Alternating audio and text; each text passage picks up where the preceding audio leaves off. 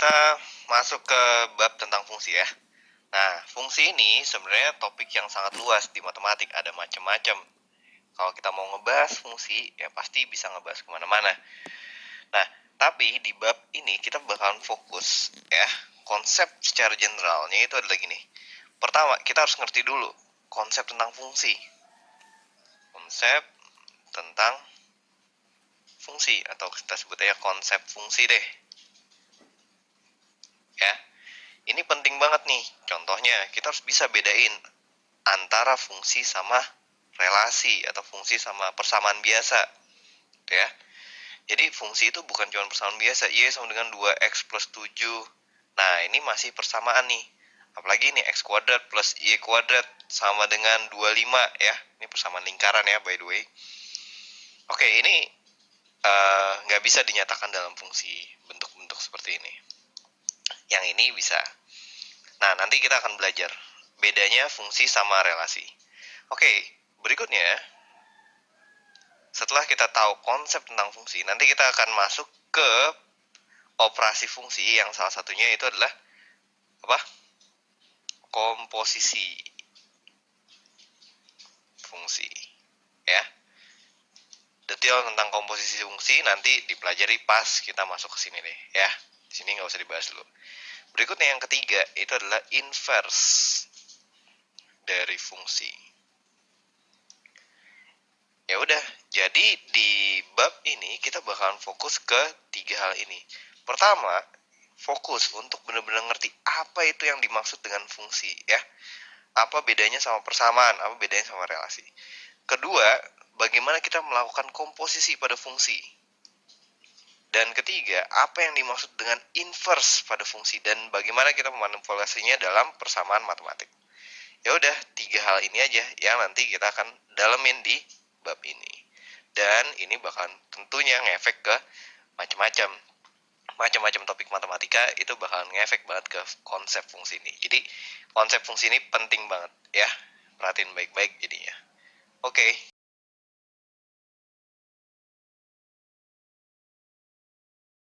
Sekarang kita punya 4 diagram anak panah. 1, 2, 3, 4.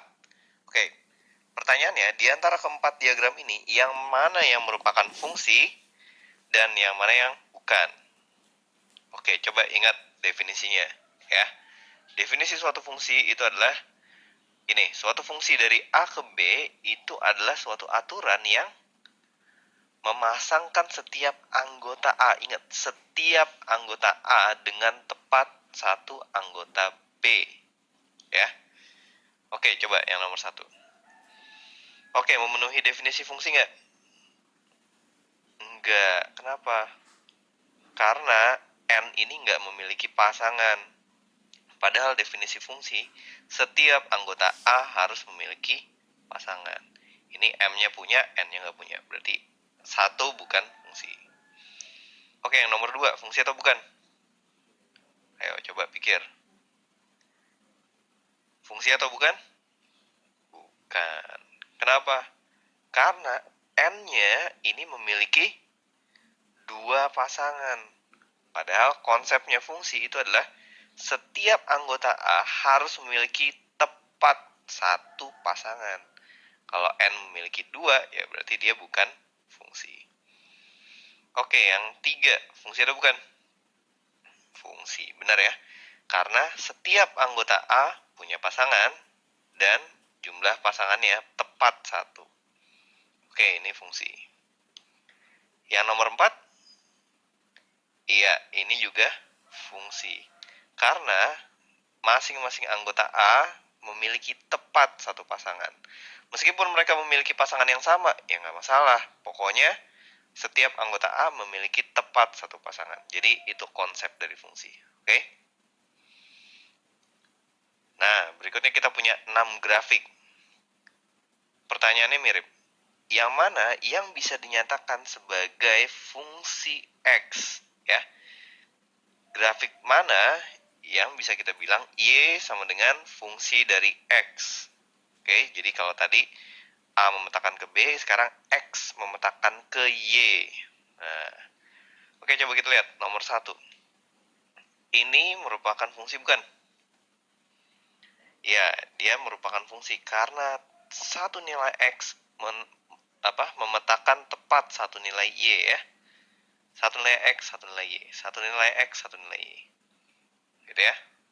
Untuk yang nomor 2, fungsi atau bukan? Ini juga fungsi karena satu nilai X memiliki satu nilai Y. Ya, satu nilai X, satu nilai Y. Satu nilai X, satu nilai Y. Satu nilai X, satu nilai Y. Meskipun ada nilai Y yang sama, ya nggak apa-apa, tapi pokoknya satu nilai X, satu nilai Y. Gitu. Nah, kalau yang 3, fungsi atau bukan? Bukan. Kenapa? Karena satu nilai X, nilai Y-nya ada 2. 1, 2. Gitu, ini bukan fungsi ya. Ini juga sama, satu nilai X, nilai Y-nya ada 2 lagi. Bukan fungsi berarti. Oke, next. Yang nomor 4. Gimana nih? Iya, ini juga bukan fungsi. Oke? Karena satu nilai X ada lebih dari satu nilai Y. Gitu. Kalau yang nomor 5, oke, dia fungsi ya. Satu nilai X memetakan satu nilai Y. Satu nilai X, satu nilai Y. Satu nilai X, satu nilai Y. Satu nilai X, satu nilai Y. Satu nilai X, satu nilai Y. Dan seterusnya. Nomor 6. Nomor 6 juga fungsi. Karena satu nilai X tepat memetakan satu nilai Y. Oke, jadi itu ya konsep fungsi dan bukan fungsi.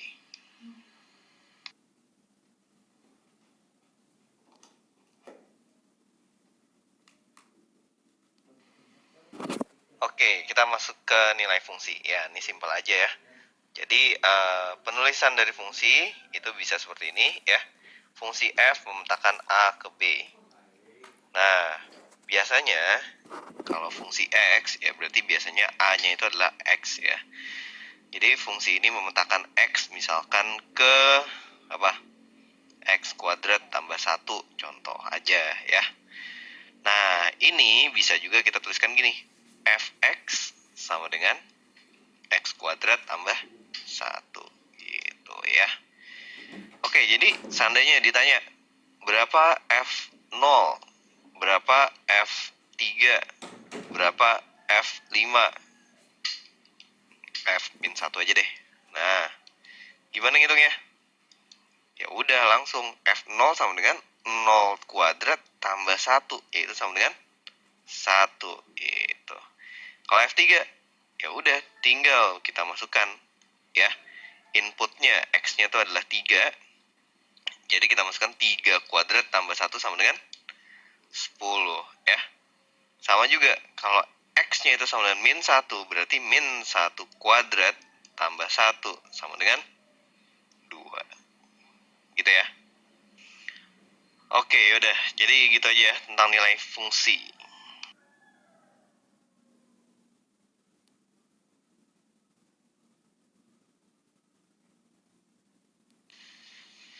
Nah, apa itu domain dan apa itu range ya? Kita belajar itu sekarang. Jadi gini, kalau misalkan ada suatu fungsi memetakan himpunan A ke himpunan B, misalkan fungsinya itu adalah 2x plus 1. Di sini ada 1, 2, 3. Oke, di sini ada, yaudah gini aja deh. Kalau x-nya 1, ya, berarti dia memetakan ke 3 ya. Kalau x-nya 2, berarti dia memetakan ke 5. Kalau x-nya 3, berarti dia memetakan ke 7.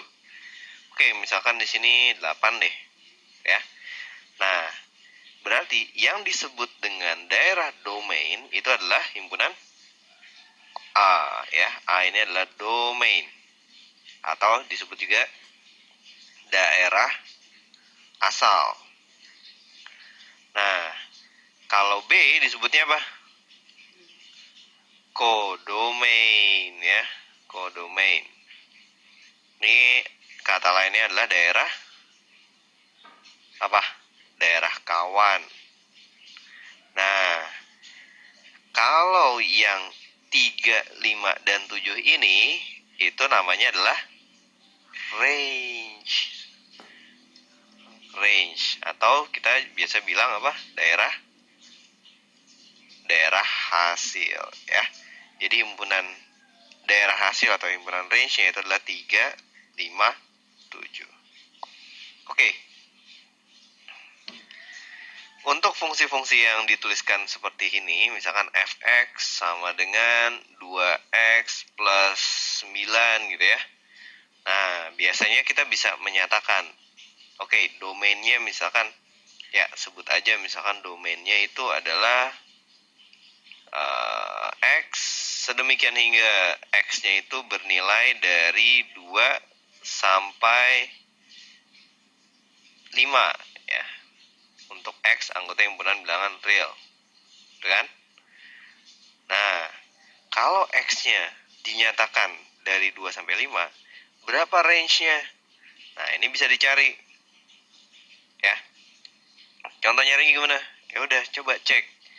Kalau x-nya itu di antara 2 sampai 5, berarti coba kalau ini ketiga ruas kita kalikan dengan 2. Kali 2 jadinya 4. Kali 2 ini jadi 4 ya. Kok jadi 4? Jadi 2. Kali 2 itu adalah 10. Ini salah satu contoh cara mengerjakan aja ya. Untuk fungsi lain, cara mengerjakannya bisa jadi beda. Oke, kemudian tambah 9. 4 tambah 9, 13. 2x tambah 9, berarti 2x plus 9. Ya.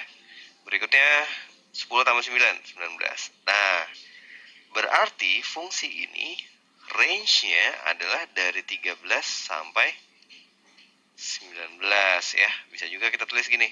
Range dari fungsi ini adalah, misalkan kita nyatakan dalam Y, bisa juga ya. Y sedemikian hingga nilai Y-nya dari 13 sampai 19, di mana Y-nya merupakan anggota bilangan real. Gitu ya. Oke, jadi intinya domain itu adalah daerah yang membatasi nilai X yang diperbolehkan untuk digunakan di fungsi ini ya. Contohnya di kasus ini, domain dari X ini diberikan dia hanya nilai X yang lebih dari 2 dan kurang dari 5 gitu. Nah, secara umum sebenarnya domain itu bisa tai enggak, bisa loh ya, bisa tai enggak ya. Contoh untuk fungsi-fungsi seperti tadi, atau bahkan fungsi x kuadrat plus 4x plus 3. Nah, bisa aja diberikan bahwa x-nya itu tai enggak. Artinya, semua nilai x yang real. Jadi domainnya itu adalah semua nilai x yang real. Bisa juga. Jadi, masukin aja y-nya, x-nya berapapun boleh di sini. Nggak masalah. Nah, dari sini range-nya juga bisa dihitung ya. Nah, oke. Tapi nanti ada beberapa fungsi yang domainnya nggak bisa semua bilangan real ya. Nanti kita akan lihat contoh-contohnya. Oke?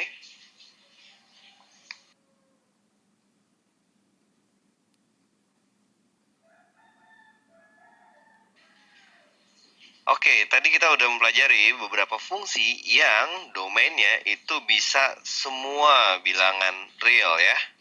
Oke, nah tapi ada beberapa fungsi yang nggak bisa kayak gitu. Contohnya apa?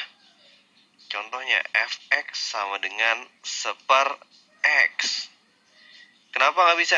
Coba bayangin, kalau x-nya sama dengan 0, apa yang terjadi pada fungsinya? Nah, fungsinya jadi tak terdefinisi ya. Nggak terdefinisi, nggak ada yang bisa dibagi dengan 0 ya. Bilangan berapapun kalau kita bagi dengan 0, dia undefined. Nah, oleh karena itu, fungsi yang seperti ini domainnya harus didefinisikan. Ya. Domainnya itu gimana? Ya udah, paling maksimum nih itu adalah nilai x tidak sama dengan 0. X anggota bilangan real. Bisa kayak gitu. Atau bisa juga ditulis gini. X itu kurang dari 0 atau lebih dari 0 ya. Sama aja. Oke. Boleh nggak kita definisikan domainnya lebih sempit dari ini? Ya boleh-boleh aja. Ya, misalkan fungsi fx sama dengan super x, ini domainnya kita definisikan hanya untuk x yang lebih dari 3. Boleh nggak? Ya nggak apa-apa, ya. Oke, yang penting kita tidak mendefinisikan dia di mana dia tidak terdefinisi. Contohnya, kita definisikan domainnya itu adalah nilai x lebih dari min 2. Nah, ini nggak boleh, nggak bisa nih, ya. Jadi ada batasan domain. Oke? Nah, yang perlu kita perhatikan itu adalah bentuk 2 ya. Pertama, bentuk seperkotak. Pada bentuk seperti kotak ini ya, dia hanya terdefinisi kalau kotaknya itu tidak sama dengan 0. Oke. Kedua, bentuk akar dari kotak. Dia hanya terdefinisi kalau kalau kotaknya itu gimana? Kalau kotaknya itu lebih dari atau sama dengan 0 ya. Boleh nggak 0? Ya boleh-boleh aja, akar 0 itu sama dengan 0 ya. Asal akarnya nggak boleh negatif. Kalau akarnya kita masukin negatif, dia menjadi bilangan imajiner atau kompleks gitu ya. Yang pasti dia nggak real. Oke, contoh lagi deh. Misalkan kita punya suatu fungsi fx sama dengan akar dari 2x min 8. Nah, pertanyaannya, berapakah domain dari fungsi ini? Berapakah domain maksimum dari fungsi ini? Oke, untuk melihat domain maksimum, ya udah kita cek aja nih kotaknya. Ingat, di dalam kotak ya, di dalam akar itu harus positif atau 0. Berarti 2x min 8 harus lebih dari atau sama dengan 0 ya. Kita dapat 2x lebih dari atau sama dengan 8, berarti x-nya lebih dari atau sama dengan 4. Nah, dari sini kita dapat bahwa domain maksimum dari fungsi ini adalah x demikian hingga x lebih dari atau sama dengan 4 untuk x anggota himpunan bilangan real. Gitu. Oke, jadi jelas ya konsep tentang domain ya, batasan domain terutama dalam bentuk akar dan bentuk separ gitu ya. Oke, gitu aja.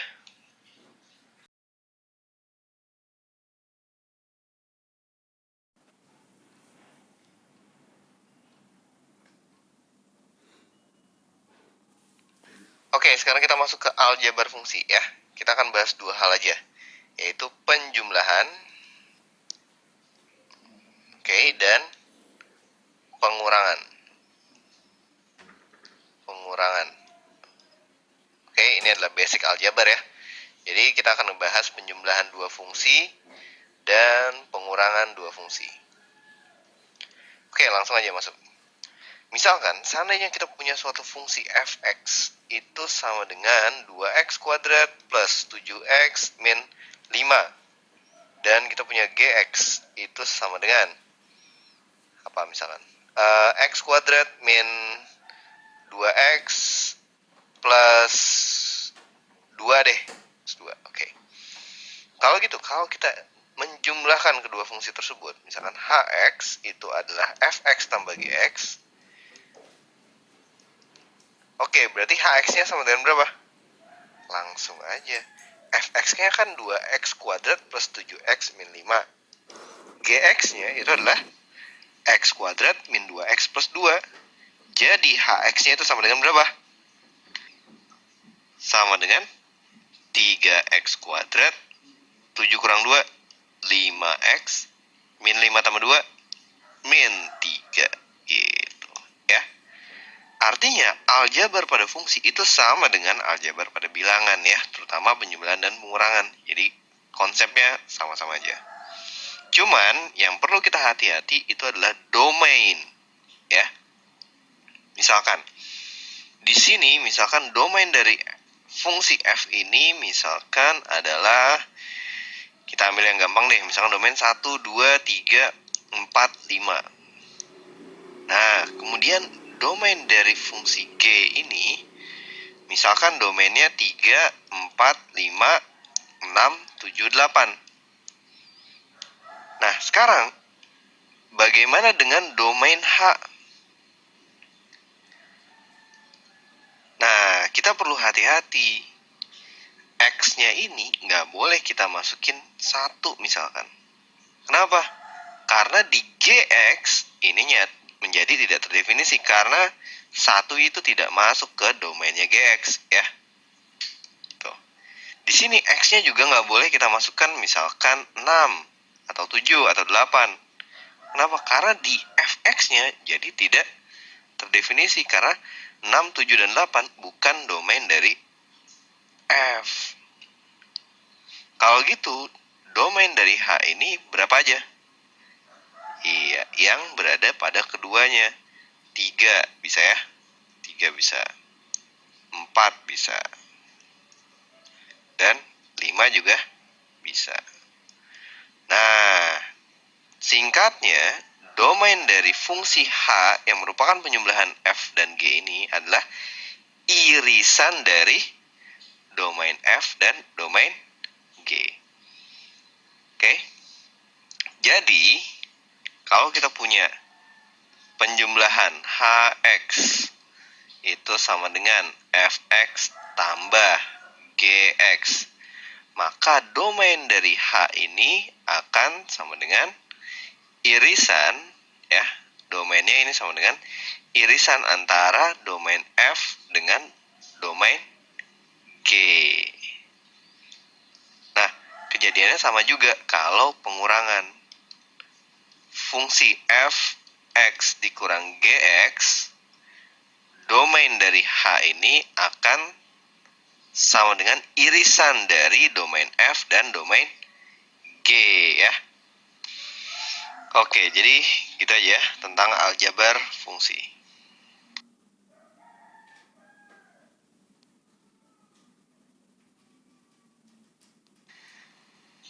Oke, tadi kita udah belajar aljabar fungsi untuk penjumlahan dan pengurangan. Nah, gimana dengan perkalian? Oke, pada perkalian konsepnya sama juga.